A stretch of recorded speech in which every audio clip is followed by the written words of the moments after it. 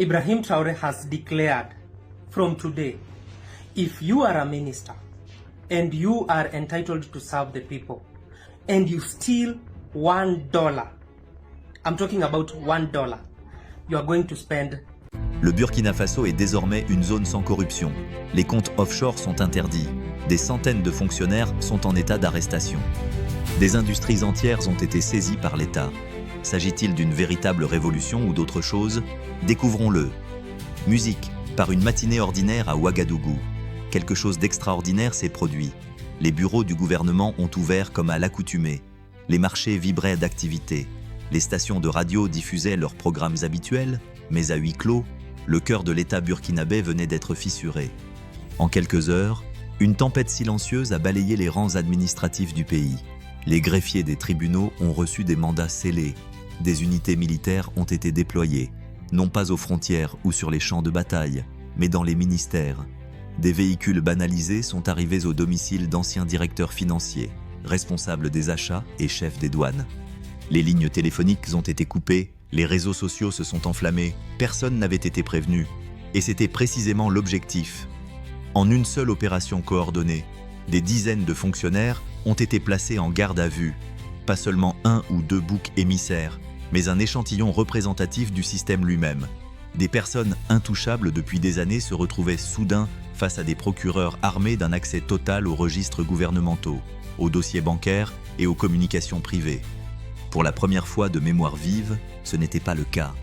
Au centre de cette purge se trouvait une unité d'investigation d'élite relevant directement du capitaine Ibrahim Traoré. Ce n'était pas une commission anticorruption classique, au pouvoir limité et au budget pléthorique. C'était une salle de guerre.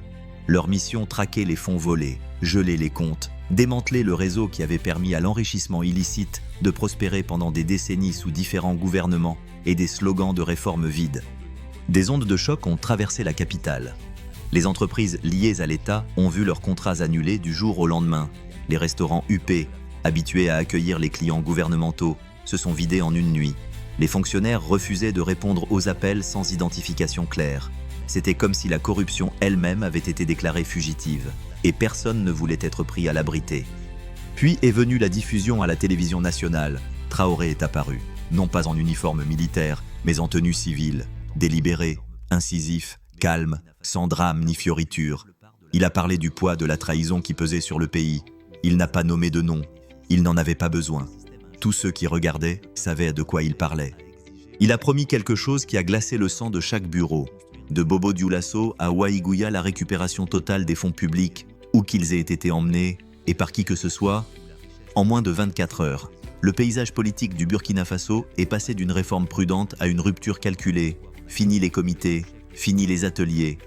C'était de l'application, et elle était impitoyable. Mais plus troublant encore que les arrestations, c'était la précision. Ce n'était pas un balayage militaire maladroit, c'était chirurgical, dossiers alignés, témoignages recoupés, pas de fuite, pas de couverture médiatique prématurée, comme si l'État observait son propre sang depuis des mois. Et maintenant, scalpel en main, il excisait chaque tumeur à sa portée, et le peuple regardait, émerveillé. Pendant des années, les citoyens burkinabés savaient qui étaient les voleurs. Ils avaient vu des ministres construire des manoirs du jour au lendemain. Ils avaient vu des véhicules gouvernementaux utilisés pour des mariages privés. Ils avaient fait la queue dans des hôpitaux sans électricité pendant que des milliards disparaissaient dans des portefeuilles immobiliers étrangers. Et maintenant, ils assistaient à quelque chose de presque mythique des conséquences. Mais sous les célébrations, une question planait comme une ombre. Si ce n'était que le début, qu'avait-on caché tout ce temps? Qui d'autre était impliqué et jusqu'où Traoré creuserait-il? Faisons une pause pour remercier chaleureusement la communauté Black Culture Diary, où les voix, les histoires et les héritages noirs sont préservés et amplifiés. En devenant membre, vous ne soutenez pas seulement la chaîne, vous faites partie d'un mouvement culturel puissant. Continuons. Les arrestations n'étaient qu'un coup de semonce. Ce qui a suivi a redéfini la manière dont le pouvoir fonctionne au Burkina Faso. Dans les jours suivant la répression spectaculaire, alors que le pays bourdonnait de spéculation, le véritable séisme a frappé. Une série de décrets d'urgence a été promulguée depuis le bureau présidentiel, chacun plus transformateur que le précédent. Ce n'étaient pas des propositions politiques vagues ou des plans à long terme. Ils étaient contraignants, immédiats et irréversibles. Traoré n'avait pas seulement secoué l'arbre, Il en arrachait le sol. Le premier coup juridique a été porté comme un scalpel à la jugulaire de la corruption. Une interdiction nationale des comptes offshore pour tout fonctionnaire, passé ou présent, ce n'était pas seulement symbolique, c'était exécutoire. Du jour au lendemain, les banques à travers le pays ont reçu l'ordre strict de geler tout transfert suspect. Les partenaires internationaux ont été informés. Les missions étrangères ont été priées de coopérer ou de risquer un embarras diplomatique. Pour un pays qui avait vu ses richesses disparaître dans l'ombre des coffres suisses et des tours de Dubaï, c'était historique. Pour la première fois, un gouvernement d'Afrique de l'Ouest déclarait ouvertement la guerre à la fuite financière. Pas seulement rhétoriquement, mais législativement. Le message était inflexible, l'argent public appartient au public. Si vous l'avez caché à l'étranger, préparez-vous à le ramener ou à tout perdre. Mais Traoré ne se contentait pas de courir après l'argent déjà envolé. Il voulait empêcher les vols futurs avant même qu'ils ne commencent. C'est là qu'est intervenue la deuxième loi, tout aussi sévère, tout aussi inattendue. Désormais, aucun fonctionnaire ne serait autorisé à faire des affaires avec l'État, ni directement, ni par l'intermédiaire d'un cousin, ni via des sociétés écrans enfouies sous des alias. Si vous étiez sur la masse salariale de l'État, vous ne pouviez pas lui vendre quoi que ce soit. Point final, cette mesure frappait au cœur de l'économie corrompue. Au Burkina Faso, comme dans de nombreuses régions d'Afrique, la corruption se manifeste rarement sous forme de sacs d'argent échangés en secret.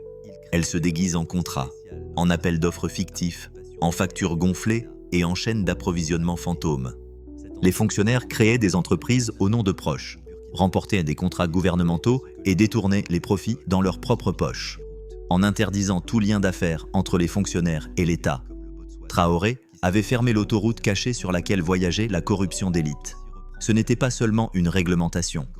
C'était un sabotage contre tout un système bâti sur l'auto-enrichissement. Et cela ne s'arrêtait pas là. Un troisième décret suivit, plus personnel, plus provocateur. Chaque fonctionnaire, des conseillers du président aux administrateurs locaux, devrait désormais déclarer publiquement ses actifs. Pas en interne, pas à huis clos, publiquement, pour que tous puissent te voir. Traoré a montré l'exemple. Sa déclaration a été euclidée à la télévision nationale, révélant ses revenus, ses propriétés et même ses économies personnelles. C'était un geste sans précédent qui envoyait un message clair: si le président peut être transparent, tout le monde peut l'être. Et s'il refusait, il ferait face à des accusations de dissimulation et d'enrichissement présumés illicites. La rapidité et l'agressivité de ces lois laissaient peu de place à l'évasion. Il n'y avait pas de période de transition, pas de clause de grand-père. Ces réformes n'étaient pas destinées à plaire aux donateurs internationaux ou à apaiser les activistes. C'étaient des armes conçues pour écraser, exposer et reconstruire. Pour la première fois depuis des décennies, la machine étatique ne protégeait pas la corruption. Elle la traquait, mais des lois, aussi audacieuses soient-elles, ne valent que par la volonté qui les soutient. Et la question qui planait sur la nation n'était pas de savoir si Traoré pouvait promulguer des règles. Il le pouvait clairement. La vraie question était: quelqu'un les ferait-il appliquer face aux puissants? La réponse est venue avec la vague suivante. Un petit rappel, aimez et partagez la vidéo. Et abonnez-vous à notre chaîne pour voir plus de vidéos sur la culture, l'histoire, la civilisation et l'identité noire. Continuons. Maintenant, les lois étaient en place et les menaces étaient claires. Mais dans un pays où l'élite avait toujours flotté au-dessus des règles comme la fumée au-dessus du feu, l'application était le véritable test. Pendant des décennies, les fonctionnaires avaient vu les campagnes anticorruption aller et venir. Toujours avec de grands titres, jamais avec de vraies victimes. Tout le monde s'attendait à ce que le même schéma se répète. Du bruit, quelques réorganisations, puis retour aux affaires comme d'habitude. Cela ne s'est pas produit cette fois. Au contraire, ce qui a suivi était quelque chose que peu croyaient possible dans une nation où le statut servait de gilet pare-balles. Quelques jours après la date limite de déclaration des actifs, des hauts fonctionnaires ont commencé à tomber. Pas seulement des employés ou des bureaucrates de niveau intermédiaire, mais des généraux de haut rang, d'anciens ministres, des conseillers principaux, même des membres de la famille d'anciens présidents. Des hommes et des femmes qui signaient autrefois des contrats de plusieurs millions de dollars étaient maintenant photographiés dans les couloirs des tribunaux, flanqués de gardes armés et d'équipes juridiques. La salle d'audience est devenue le nouveau champ de bataille. Dans ces procès télévisés, le public burkinabé a vu un spectacle qu'on lui avait refusé pendant des années, une responsabilité avec des dents. Les preuves n'étaient pas vagues. Les enquêteurs présentaient des documents signés, des virements internationaux, des factures pour des biens jamais livrés. et des propriétés achetées via des chaînes de sociétés écrans? Certains accusés semblaient abasourdis, d'autres brisés. L'arrogance habituelle, les sourires narquois, les haussements d'épaules, les esquives juridiques avaient disparu. Ils n'étaient pas des boucs émissaires, ils étaient traqués avec précision. Un cas particulier a retenu l'attention, une ancienne responsable des achats qui, sous les administrations précédentes, avait obtenu des dizaines de contrats gouvernementaux pour des entreprises liées à sa famille élargie. L'équipe d'audit forensique de l'État a retracé plus de 1,2 milliard de francs CFA à travers des transferts complexes vers des propriétés de luxe à Dakar et au Maroc. Son équipe de défense a tenté de gagner du temps. Ils ont qualifié cela de politique, mais le tribunal a agi rapidement. Elle a été condamnée, emprisonnée, et ses actifs saisis, le tout en 72 heures. Un autre scandale impliquait un haut fonctionnaire des douanes dont le train de vie avait longtemps suscité des interrogations. Connu pour organiser des fêtes somptueuses et importer des véhicules bien au-dessus de son salaire, il était devenu un symbole d'excès intouchable. Lorsque les enquêteurs ont perquisitionné sa propriété, ils n'ont pas seulement trouvé des documents, ils ont trouvé des sacs de sport remplis de billets, cachés sous le plancher, pas des devises étrangères, mais des billets locaux soigneusement empilés, destinés à l'usage public. Lui aussi est tombé. Ces procès n'étaient pas seulement une question de punition, ils étaient une forme de théâtre national, une performance destinée à restaurer la confiance. Le gouvernement de Traoré savait que les lois seules ne pouvaient pas changer les croyances du public. Le peuple avait besoin de voir le système saigner, et il l'a vu. Mais cette campagne ne regardait pas seulement en arrière. De nouvelles structures de surveillance ont été mises en place pour s'assurer que les futurs cas n'auraient même pas besoin d'être poursuivis. Ils seraient arrêtés avant même de commencer. Chaque ministère majeur était désormais assigné à une unité parallèle, une équipe d'auditeurs internes relevant directement de la présidence.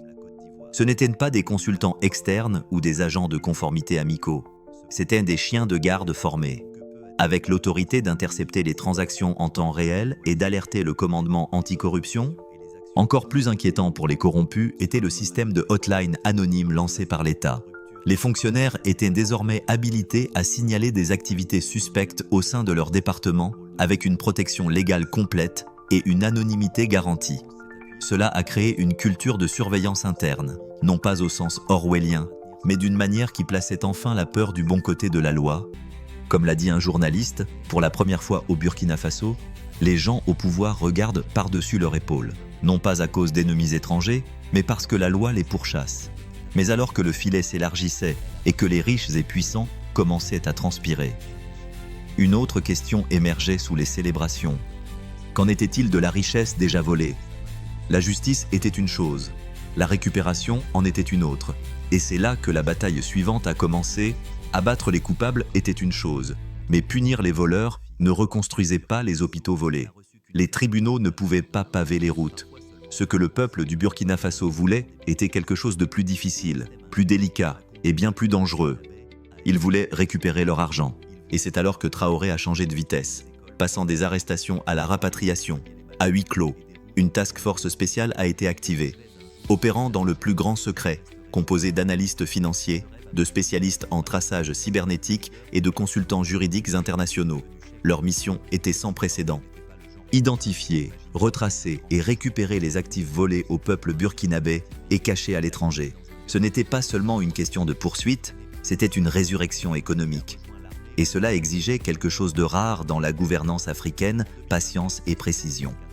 La plupart des richesses volées ne se trouvaient pas dans des comptes clairement étiquetés.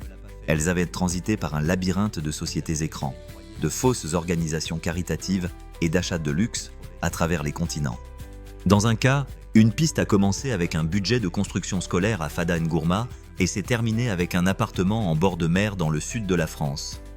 Un autre audit a révélé des millions détournés par de faux contrats de fourniture médicale, finançant des virées shopping de luxe à Dubaï. Les sommes étaient colossales, mais les traces papier étaient réelles. L'unité de récupération financière du Burkina Faso n'a pas demandé de permission. Ils ont commencé à travailler directement avec des firmes indépendantes en dehors des institutions bancaires occidentales traditionnelles. Traoré, conscient que certains gouvernements résisteraient à exposer les richesses stockées dans leur système, a cherché le soutien d'États non alignés, des pays comme la Turquie, les Émirats arabes unis, la Russie et même des partenaires émergents en Asie. Avec ces nations, Les accords de récupération étaient plus faciles à obtenir. Moins de sermons, moins d'hypocrisie, plus de coopération. En quelques mois, des victoires discrètes ont commencé à émerger. Un compte offshore contenant plus de 600 000 € lié à un ancien ministre de l'Agriculture a été gelé au Luxembourg. Un transfert suspect de 2 millions € effectué sous l'administration précédente a été intercepté juste au moment où il entrait dans une firme d'investissement marocaine. Plusieurs propriétés en Côte d'Ivoire, au Ghana et à Dakar ont été signalées et leurs propriétés retracées jusqu'à des fonctionnaires burkinabés sous enquête. Mais ce qui rendait cette opération de récupération différente était sa transparence. Chaque actif majeur récupéré était consigné dans un registre numérique accessible au public. Les citoyens pouvaient désormais voir en temps réel combien avait été récupéré, d'où cela venait et dans quel ministère il avait été réaffecté. Le gouvernement publiait même un rapport mensuel détaillant les fonds récupérés par secteur éducation, santé, infrastructure, montrant exactement comment la richesse était réinjectée dans l'économie. Cet acte, révélant non seulement le crime, mais aussi la restauration, est devenu l'un des mouvements les plus populaires de Traoré. Il ne s'agissait pas seulement de prouver que la justice était rendue, il s'agissait de prouver que la justice avait un sens. Quand les puissants volaient, le peuple ne souffrait pas seulement. Il obtenait sa revanche, discrètement, légalement, implacablement. Mais cette chasse a également provoqué un retour de bâton.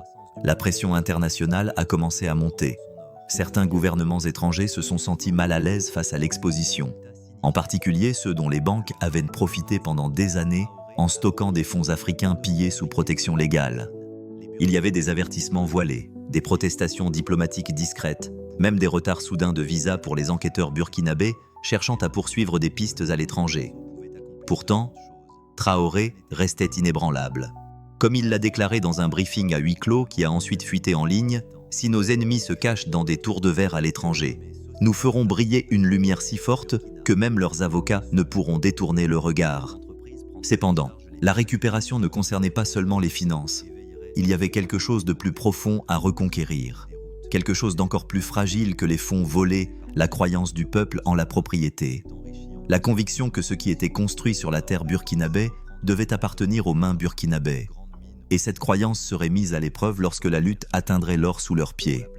Une fois l'argent volé à l'étranger traqué, gelé et exposé, Traoré s'est tourné vers l'intérieur, non pas vers les villes, mais vers le sol. Car malgré toutes les corruptions, toutes les sociétés écrans, tous les jeux offshore qui ont drainé la richesse du Burkina Faso pendant des décennies, la plus grande fuite était encore sous terre. Elle n'était pas cachée dans des registres ou des coffres. Elle était extraite tous les jours, chargée sur des camions et expédiée discrètement hors du pays en plein jour l'or. Le Burkina Faso est l'un des principaux producteurs d'or d'Afrique. Pourtant, il reste l'une des nations les plus pauvres. Pour Traoré, ce n'était pas une contradiction, c'était un diagnostic. « Nous étions riches », a-t-il dit un jour dans un conseil militaire fermé, mais seulement pour les autres. Sa guerre contre la corruption ne serait jamais complète s'il ne refermait pas la blessure la plus profonde, le pillage étranger des ressources nationales. Il a donc fait son geste le plus audacieux. Un matin, sans préavis ni fanfare publique, Traoré a émis une directive classifiée, un arrêt immédiat de toutes les nouvelles licences d'exportation d'or étrangère. Chaque contrat existant a été soumis à un audit. Les zones minières à la propriété ambiguë ou aux déclarations de revenus suspectes ont été saisies par l'État. Les multinationales qui contrôlaient depuis des décennies les mines locales ont vu leurs opérations suspendues. Il n'y avait pas de négociation. La richesse du pays, a déclaré Traoré, ne serait plus échangée contre des poignées de main et des promesses. En passant, ce n'était pas une nationalisation par communiqué de presse, c'était une nationalisation par l'action. Des soldats ont été déployés pour sécuriser les sites miniers à haute valeur. La surveillance par satellite a été activée pour surveiller les routes de transport illégales. Un nouveau cadre juridique a été rédigé, reclassifiant l'or comme un actif de sécurité stratégique, le plaçant sous la protection des forces armées, pas seulement du ministère des Mines. Mais l'aspect le plus révolutionnaire n'était pas de fermer la porte aux autres, c'était de construire quelque chose de totalement nouveau. Au cœur du Sahel, la construction d'une raffinerie d'or, possédée et gérée par l'État burkinabé, a discrètement commencé.